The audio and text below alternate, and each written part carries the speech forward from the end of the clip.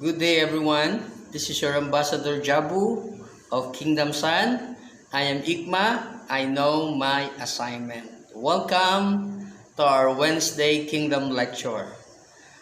Today, I just want to declare a kingdom favor and a kingdom blessing.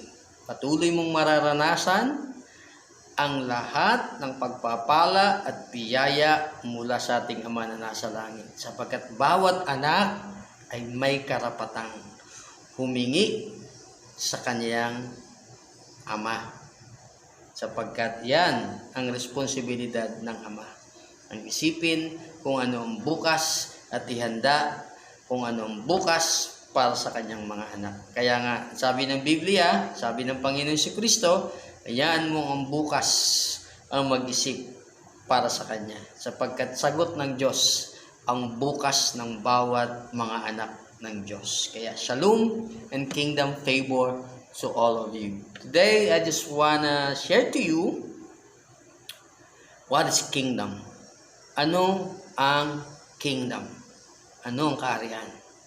Sapagkat napakahalaga na maunawaan natin kung gaano kahalaga ang kaharian. Una, sabi ng Panginoon, kailangang may pangaral ko ang paghahari ng Diyos o ang kaharian ng Diyos o ang mabuting balita patungkol sa kaharian ng Diyos sa iba't ibang lugar, sapagkat ito ang dahilan, ito ang purpose, ito ang aking assignment, at ito ang ibinigay ng Ama. Luke 4:43. This is the purpose of Jesus. He came to preach the good news of the kingdom of God. Ito yung gospel of Christ. Ito yung good news ni Christ. The kingdom of God is at hand.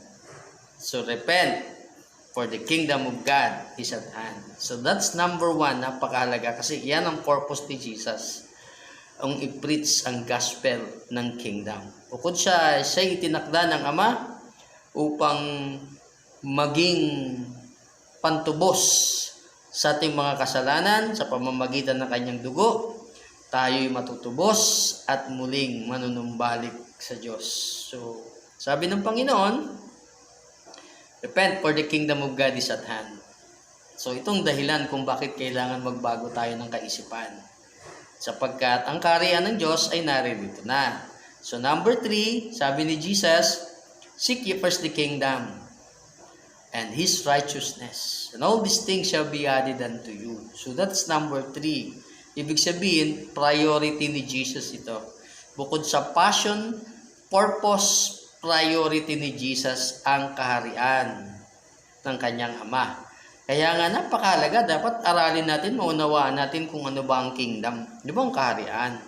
So number 4, napakahalaga nito kasi sabi ni Jesus, huwag kayong mga takot munting kawan. Do not fear, little flock, for it is a good pleasure of the Father to give you the kingdom. So ito pala ang kasiyahan ng ating Ama, ang ibigay sa atin ang kaharian. Once na receive natin ang kaharian o nakabalik tayo sa kaharian, abay masaya pala ang Ama. So number 4, sabi ni Jesus, number 5, take your inheritance that is prepared for you before the foundation of the world. Ibig sabihin, inihanda pala ng Diyos ito bilang ating mga mana, sapagkat tayo ay mga anak ng Diyos mula kay Adan at ngayon mula kay Jesus Christ. Kaya nga, kung si Jesus Christ is the Son of God and we become Son of God through Him, tayo'y who hears or tagapagmanang katulad niya. At ang mana, according to the Bible, it's kingdom. So mga kapatid, aralin natin ang kingdom. Bakit napakahalaga nito?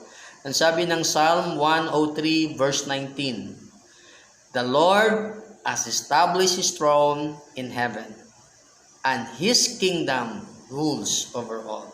Grabe. Ibig sabihin mga kapatid, ang Lord, ang Panginoon ay nag-establish ng kanyang trono sa kalangitan. So, ang trono is a kingdom term. Trono, yan yung luklukan ng kapangyarihan. Ang umuupo lamang dyan ay ang king, ang hari na siyang nagro-rule sa lahat ng kanyang nasasakupan. So, ang sabi niya, and his kingdom rules over all. Sabi ng Bible, sa Book of Psalms din, sa 115 verse 116, heaven belongs to the Lord, and the earth, He gave it to the sons of God, or He gave it to mankind, sa atin. So, madaling salita, mga kapatid, mga kaibigan, ang langit ay ang teritoryo ng Diyos. Ngunit ang lupa, ibinigay niya sa tao bilang teritoryo nito. So God give us image and likeness and give us dominion. Okay, nilagay tayo sa garden, nilagay si Eva at si Adan sa Garden of Eden para i-exercise itong dominion. Para magkaroon sila ng kaharian. Na sila naghahari, sila nagro-rule, sila nagpapa-implement. So again, mga kapatid, aralin natin what is kingdom. Kasi napakalaga nito. Kung ang ama ay hari, ang anak ay hari. Ibig sabihin, ang plano ng Diyos at gusto ng Diyos sa loobin ng Diyos, tayo rin ay maghari. So kaya pala, grabe. Para maunawa natin ngayon, what is kingdom? A kingdom, speak about two words. Dalawang salita siya. King and dom. So para madaling unawain, ang king, tumutukol yan sa tao. Personality. Siya yung may kapangyarihan, siya yung may authority, at siya yung may pag-aari. So sa makatuwid, ang hari is a person who rule, reign, who has the authority and power. So yan ang king, yan ang hari. Yan ang ating Diyos, yan ang ating Ama. At yan din si Jesus Christ. At gusto ng Diyos na tayo'y maging kings. Small letter K. Okay, mga kapatid, mga kaibigan, napakalaga. Ang king, siyang may authority, siyang may power. Okay? Dom, speak about domain or teritoryo. King, speak about the person. Dom, speak about domain or territory. Madaling salita, isang tao na naghahari sa isang teritoryo na kung saan ang kanyang isip, ang kanyang puso, ang kanyang saloobin ang siyang nangingibabaw sa lahat ng kanyang nasasakupan. So, para maunawaan natin, yan ang kingdom. So, every territory na may naghahari o nagro-rule, ibig sabihin, that's kingdom. At ang hari naman, under his jurisdiction, his authority and power, ang lahat ng kanyang nasasakupan ay under sa kanya. Ibig sabihin, hindi pwedeng kumontra, hindi pwedeng lumaban, hindi pwedeng mag-alsa, kundi dapat lahat ng nasasakupan niya ay nagsasubmit sa kanya, sumusunod sa kanyang kalooban. So yan mga kapatid, ang hari, lahat ng kanyang nasasakupan ay under his jurisdiction. So yung protection, yung provision, yung supervision, yung kapakanan, lahat ng yan ay nasa hari. Sa makatuwid, ang hari ang may pag-aari ng lahat ng nasasakupan niya. Maging ang buhay ng bawat mamamayan sa kaharian ay kanya. Sa makatuwid, ang bawat mamamayan ay walang pag-aari, kundi pag-aari ng hari ang lahat ng pag-aari ng mamamayan. May karapatan ng hari, kunin, bawiin, ibigay, pagpalain, husgahan, o hatulan. So, under his authority. So, mga katwid, mga kapatid, ang hari, ang layunin niya, na ang kalooban niya, ay ang siyang masunod. So, ang hari din, ang layunin niya ay ilagay ang kanyang saloobin sa isip at puso ng bawat mamamayan upang ang bawat mamamayan ng kanyang kaharian ay alam ang kanyang isip at alam ang kanyang nasa puso o kalooban. So, ganun din mga kapatid. Kaya ang Diyos Ama na nasa langit ay hari. At ang Panginoong Jesucristo ay nakadesign na hari ng mga hari. Kaya tayo, bilang mga anak ng Diyos, tayo yung mga hari at mga reyna sa teritoryo inihanda ng Diyos, ating Ama, para sa atin. So mga kapatid, yan ang kaharian. Yan ang kingdom. Anong pinagkaiba ng kingdom of heaven sa kingdom of God? So ang kingdom of heaven ay tumutukoy siya sa kalangitan,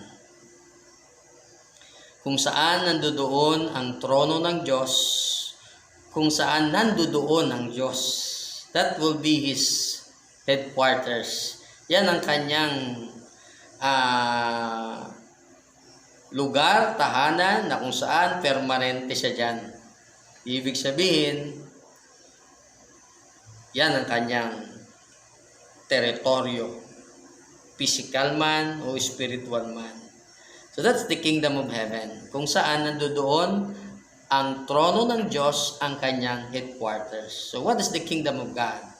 The kingdom of God is the influence of God in a domain, in a territory, in a person. Yan ang kingdom of God. Ibig sabihin, paghahari ng Diyos sa isang tao, sa isang lugar. Bagamat siya ay nasa langit, itong lupa ay kanyang teritoryo sa pamamagitan ng mga taong nilikha niya sa kanyang wangis at kanyang larawan, at ini-influensya niya ito sa pamamagitan ng kanyang espiritu. So sa makatuwid, under the influence of God through His Holy Spirit, tayo ay kumikilos, sumusunod ayon sa kalooban ng Diyos dito sa lupa para nang sa langit. So that's the kingdom of God, is the influence and power of God in a territory. So ito yung impact, influence ng Diyos. Kaya nga, pinaghaharian ka ng Diyos, makikita sa iyo ang lahat ng meron sa langit. So you become the carrier of heaven dito sa lupa para nang sa langit. So that's kingdom, mga kapatid. Yun ang pinagkaiba ng kingdom of God sa kingdom of heaven. Kingdom of heaven is a territory, but the kingdom of God is influence of God in a territory or in a person. Kaya nga, bago mapagharian ng Diyos ang tahanan mo, dapat mapagharian ka muna ng Diyos. Dahil sa pamamagitan mo, mapaghaharian ng Diyos ang tahanan mo, ang ministry mo, ang negosyo mo, sa pamamagitan mo. So you will become the influence of God here on earth, just like it is in heaven. Kaya nga kapatid, napakahalaga ng kingdom na maunawaan natin. Ngayon, ang kingdom ay meron siyang 12 components. So hindi basta-basta lang ang kingdom. May bumubuo sa isang kaharian. Ibig sabihin, para maunawaan natin the 12 components of the kingdom. Itong bumubuo sa kaharian. Una, king or hari. Number 2, government or ecclesia o tinatawag nating church. Bitin ko ulit, king. Number 2, government or ecclesia. Ang goal ng government is number 1, to provide. Number 2, is to protect. Yan ang goal ng government. Yan ang kanilang assignment. Ang mag-protect at ang mag-provide. So, ang government is God's provision and protection to His people. Sa madaling salita, yan ang provision at protection ng Diyos sa kanyang mga tao, sa kanyang mga anak, sa kanyang mga mamamayan. So number 3, bawat kaharian may pamilya. At ang nakakatuwa, ang kaharian ng Diyos is a kingdom family. Ang kaharian ng Diyos is a kingdom of kings, not a kingdom of servant. Lahat sa kaharian ng Diyos ay hari at reyna. na mapagsilbi. Tayo'y hari, tayo'y reyna, pero tayo'y mapagsilbing katulad ng hari ng mga hari. Ang ating Panginoon Jesucristo, ang ating model. So, number 4, may culture. May kultura. Bawat kaharian ay may kultura. At dito makikilala kung taga-kaharian ka ng Diyos o taga-kaharian ka ni Satanas. Sapagkat makikita dito yung gawi, yung manners, yung morals, yung attitude, yung way of living, yung lifestyle, makikita yan dito sa kultura natin. So number 5, mayroong decrease. May batas. Mayroong pangunahing pinagbabawal ng Diyos sa kanyang kaharian. Kaya nga, ang unang decrease na binigay ng Diyos kay Adan ay huwag mong kainin ng bunga ng punong ito na nagbibigay ng karunungan at kaalaman patungkol sa mabuti at masama. Yun ang unang decrease or laws na binigay ng God sa tao. So, nagsimula nang mawala ang tao, dumami ng batas. Dahil kung saan mas maraming matigas ang ulo, maraming batas. Sapagkat ang pangunahing layunin ng batas ay ilagay sa kaayusan ang tao. Yun ang purpose ng batas. Ilagay sa kaayusan. To put order.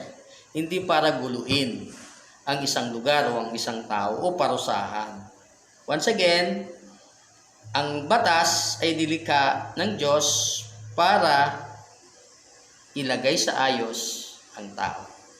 Proteksyonan ang tao. Pagpalain ang tao. So, ang batas ay may kapangyarihang magpala at magparusa ng tao. Yan ang kagandahan sa batas ng Diyos. Dahil hindi na kailangan bababa ang Diyos dito para ma-activate yung gantimpala o yung parusa. Pag nilabag mo, may parusa ka. Pag tinupad mo, may gantimpala ka. So, yan ang batas, mga kapatid. So, number 6, may army, may mga sundalo. So, tayo, hindi tayo nilikha ng Diyos para maging army. Nilikha tayo ng Diyos para maging tagapamahala. So, ang tagapamahala, meron siyang army. Kaya nga ito, mga kapatid, ang army natin, mga angels. Kaya pwede tayong tumawag sa mga angels sa pangalan ng ating hari, ang mga anghel pagsisilbihan tayo. Sapagkat nilikha ng Diyos ang mga anghel para pagsilbihan siya at pagsilbihan ng tao. Tayo, mga kapatid, nilikha tayo para pagsilbihan natin ang ating Diyos, ang ating Ama na nasa langit. So, di tayo nilikha para maging kapares ng mga angel or nilikha para maging alipin. Kundi nilikha tayo ng Diyos para maging representative niya tayo dito sa lupa. So, may army. So, number 7, may teritoryo. So, each one of us has a territory according to our giftings and talent. Binigyan ka ng Diyos ng talento at potential sapagkat dyan ka magrurule at magre-reign. Diyan ka gagawa ng teritoryo or domain. At diyan ka maghahari. Kaya, iba't iba ang talento at potential ng tao. Pero hindi sila magsapawan, hindi sila mag-agawan, kundi maggalangan at magrespetuhan sila sa bawat isa sapagkat pare-pareha silang hari ng kanilang talent, gift, at potential. Dapat may lugar o teritoryo ka na ini-exercise mo yung talent at potential mo at nagrurulat, nagre-reign ka dun sa lugar na yon. So, yan ang talento, yan ang potential, yan ang magdadala sa iyo sa iyong kaharian na pinrepare ng Diyos para sa iyo. So, number 8, merong education.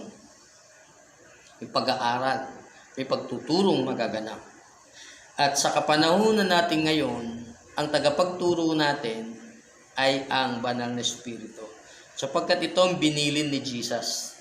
The Master of Masters, Jesus Christ, our Master Rabbi, the source of all teaching.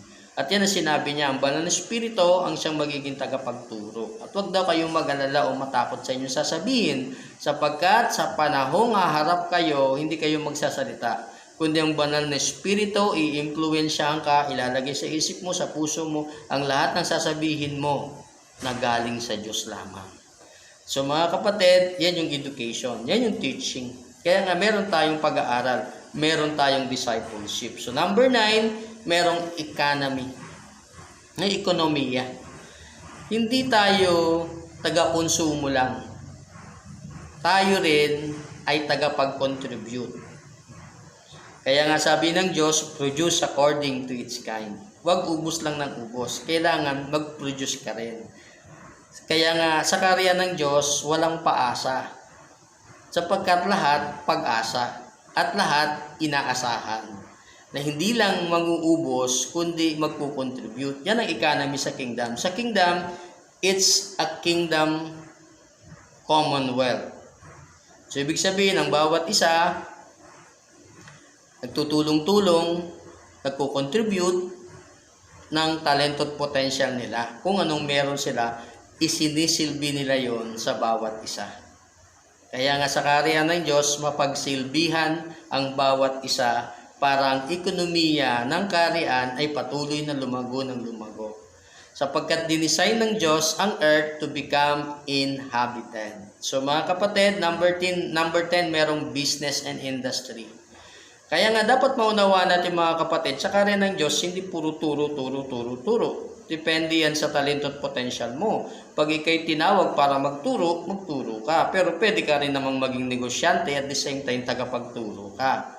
Katulad po ng inyong lingkod, ako'y isang negosyante, pero ako'y isang tagapagturo. At ang aking tinuturo ay according dun sa aking karanasan, experience, at dun sa pagkakagamit sa akin ng Panginoon.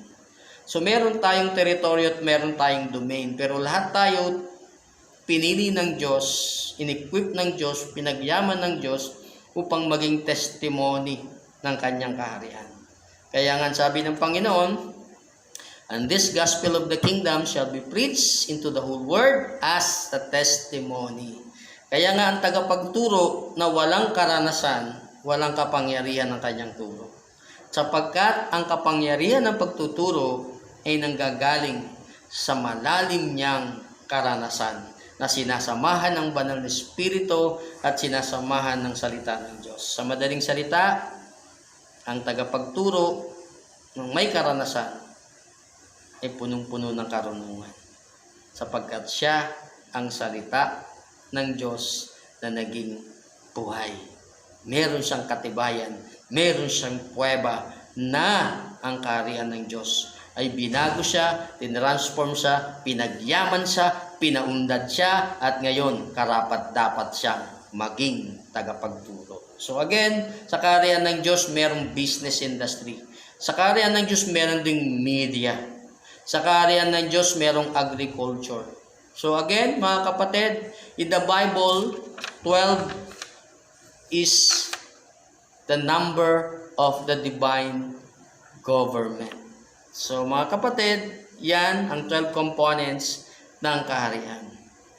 Kaya nga dapat unawain natin ang kaharian na hindi lang nakapaloob sa isang parte. Ibig sabihin, may 12 components ang kingdom. Saan ka dito pwede maglingkod? Saan ka pwede dito maging testimony? Saan ka pwede dito maging kagamit-gamit ng Panginoon? Hanapin mo ang iyong potential, hanapin mo ang iyong talento, at isilbi mo yan sa Diyos sa pamamagitan ng pagsisilbi mo sa iyong kapwa. Kaya mga kapatid, maraming salamat sa maikling oras ng ating pag-aaral at pagtuturo. I declare that the Holy Spirit will continue to give you understanding. Upang sa ganon, mas malalim ang iyong pagkaunawa, mas pakikinabangan mo ang gantimpala ng kaharian. Kaya more revelation, more understanding, yan ang hangarin ko sa bawat isang nakikinig. Sabi ng Panginoon, kung may kababaang loob ka sa iyong pakikinig at interesado kang makinig, bibigyan ka pa ng Panginoon ng pagkaunawa. At ihahayag pa sa iyo ang lahat ng mga bagay na hindi na ihayag sa kanyang kapanahonan. So maraming salamat, God bless, and see you on Friday Kingdom Lecture. Shalom and God bless you all.